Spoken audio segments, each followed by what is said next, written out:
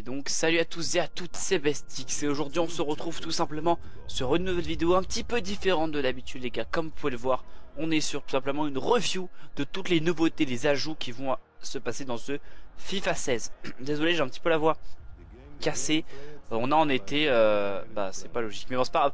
Là on se retrouve sur ce trailer de FIFA 16 qui montre un petit peu les nouveaux stades. Donc c'est le premier truc que je voudrais aborder ensemble. C'est pas la nouveauté la plus importante, mais c'est quand même quelque chose qu'on voit bien au début de ce trailer. C'est les stades. Donc on peut voir notamment juste après le stade du Borussia Dortmund et l'ambiance qui a été recréée, l'ambiance du stade. Donc ils ont vraiment essayé de recréer l'ambiance. Enfin je répète le mot ambiance, mais de recréer un petit peu tous les champs, tout ce qu'on peut retrouver dans chaque stade, toutes les propriétés des stades les plus importants. Ils ont essayé de recréer tout ça. On peut voir donc du coup qu'ils ont là par exemple sur cette action qu'ils ont ajouté quelques possibilités au niveau des tirs. Ça reste le trailer, on va voir un petit peu tout ça après. Vous allez voir qu'il y a notamment beaucoup d'ajouts au niveau de la défense qui permettront donc d'éviter d'éviter de prendre des buts comme ça peut nous arriver maintenant. Ce trailer nous montre aussi les différents gestes techniques que j'aborderai plus tard, comme celui que Lionel Messi vient de faire. Je sais pas si vous avez très bien vu. C'est un des nouveaux gestes techniques importants et des nouveautés qui ont été ajoutées. Tout de suite on va passer au deuxième trailer les gars. Un trailer qui va nous montrer une nouveauté importante cette fois, qui a été annoncée par EA depuis un moment. Je pense que la plupart d'entre vous en avez entendu parler parce que c'est quelque chose qui a fait beaucoup de bruit. Ça a un petit peu partagé la communauté des joueurs de FIFA. Je veux parler tout simplement les gars de l'ajout des équipes féminines. Alors il faut savoir que ces équipes féminines, comme vous allez pouvoir le voir, il n'y en a que 8 je crois, je sais plus si 8 ou 16. Ce sont que des nations, uniquement des nations, et elles ne sont jouables qu'en match amicaux, donc c'est-à-dire qu'en match 1 contre 1, pas de match en ligne, pas de carrière, pas de fut, pas de saison coop. On peut jouer uniquement en match rapide avec ces équipes féminines. Il faut savoir que c'est un petit moment qu'ils sont en train de le préparer. Ils ont dit que ça fait depuis FIFA 12 qu'ils étaient en train de le mettre en place. Et qu'avec l'essor que prenaient donc ces équipes féminines, parce que maintenant il faut savoir que la Coupe du Monde féminine qui est en train de se dérouler, d'ailleurs en ce moment il y a la finale qui est bientôt arrivée. Voilà, demi-finale d'ailleurs plutôt. Il y a beaucoup d'importance donnée donc maintenant au football féminin. Et je trouve ça pas mal personnellement que ces équipes féminines soient intégrées dans le jeu. Ça permettra de découvrir un nouveau mode de jeu, un nouveau style plutôt de jeu, parce qu'il faut savoir que voilà, les filles ont quand même dans le jeu des stats inférieures enfin différentes on va dire. Moins de vitesse, moins de puissance, moins de force, moins d'agressivité, moins de physique. Ça va plus se jouer sur la construction des actions, sur beaucoup moins de dribble en fait. C'est vraiment ça qu'il faut insister. Ça va vraiment se concentrer sur le vrai football, sur faire des passes, construire des actions et à l'arrivée marquer le but. Là maintenant les gars on se retrouve sur des extraits donc du coup d'une émission américaine qui montre les 4-5 gros ajouts qui ont été faits pour ce FIFA 16. Ce ne sont bien évidemment que des exemples. Premier plan, on voit donc du coup un joueur du Real Madrid qui attaque face au FC Barcelone. On voit que Neymar qui est en défense face à Gareth Bale, va tout simplement changer de positionnement en fonction du positionnement du ballon. C'est-à-dire que le joueur ne pourra pas le faire des droites gauche sans que votre joueur ne suive ce ballon. Donc ça va permettre donc du coup d'éviter les droites gauche. Ça va aussi permettre de défendre mieux. Là vous allez voir sur ce deuxième plan les gars que le joueur du Barça va récupérer le ballon, mais que l'IA encore une fois va vous allez le voir en bas à gauche, regardez le déplacement du défenseur du Real Madrid. Au départ il est derrière le joueur du Barça, il va se positionner devant afin d'intercepter la possible passe qui sera faite, et donc du coup dans ce cas là elle est faite. Et donc du coup ça on montre bien au travers de ces exemples que il y a vraiment des ajouts au niveau du positionnement et de l'IA. Alors dans ce plan là les gars on voit une nouveauté qui a été faite et qui va vraiment permettre d'éviter certaines erreurs au niveau des tacles en défense.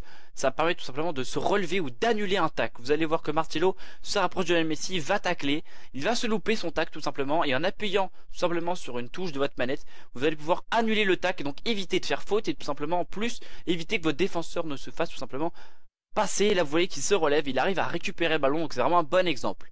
Sur ce dernier plan les gars vous allez voir une nouveauté donc qui a été ajoutée c'est-à-dire la feinte de corps. Donc ça vous permet de dribbler, non pas uniquement avec le ballon, mais sans le ballon. Vous allez voir qu'il va se déplacer sans le ballon. Donc c'est uniquement Lionel Messi et Ronaldo qui peuvent faire ce geste technique. Ça vous permet d'emporter les joueurs et de pouvoir maintenant faire de nouvelles feintes de corps. Vous allez le voir ici avec Ronaldo, vous pouvez le faire à l'arrêt comme avec Messi ou avec Ronaldo en mouvement. Ici vous allez voir que tout simplement il va se faire attaquer, enfin pressé par un défenseur et grâce à sa forme de corps, le défenseur va tacler à côté et va pouvoir tout simplement continuer sa course et son action. Voilà, donc vous le voyez. Hop, petite forme de corps, il passe par-dessus et puis l'action se termine. Voilà donc les gars, voilà un petit peu c'est une toute petite vidéo histoire de vous montrer les quelques nouveautés qu'il peut y avoir, donc notamment au niveau de l'intelligence artificielle, au niveau de la défense, au niveau du football féminin, au niveau des graphismes avec les nouveaux stats, tout ça, l'ajout de nouvelles choses. À la fin de la vidéo, vous aurez les stats des deux grosses équipes du jeu, donc le Real Madrid et le Barça, ils ont été divulgués, donc du coup, vous aurez les stats des joueurs de ces équipes. Donc du coup, tout simplement, qu'est-ce qu'on peut retenir de ces nouveautés?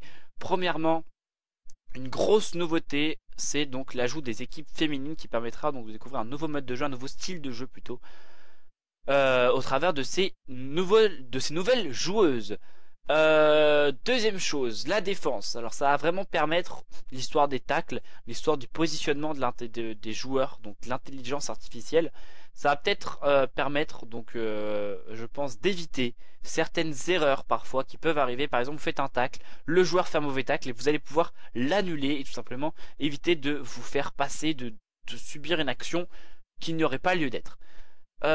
Pour finir, les tirs, je l'ai pas montré. Il y a eu beaucoup d'ajouts au niveau des gardiens, donc ça va permettre aussi d'éviter les buts, les long shots, d'éviter les erreurs des gardiens, d'éviter les erreurs sur sortie. On n'a pas encore de vidéo propre là-dessus, enfin en tout cas je n'en ai pas trouvé, mais on sait qu'ils travaillent là-dessus et on sait que bientôt on aura des nouvelles sur ces points-là.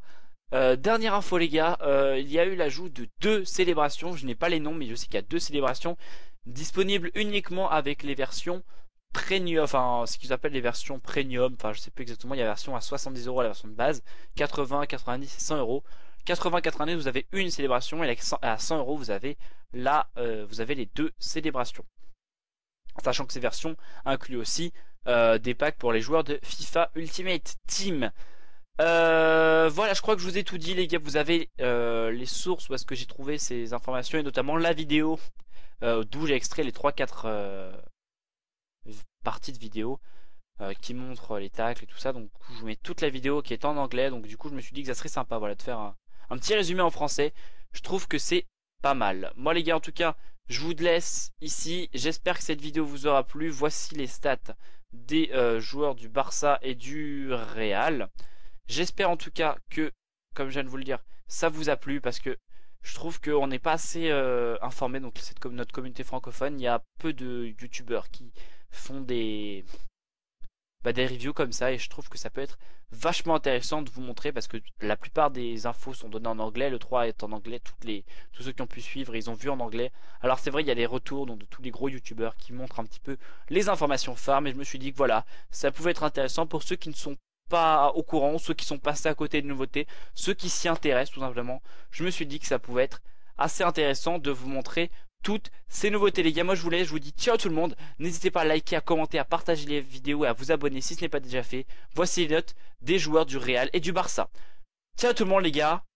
Peace.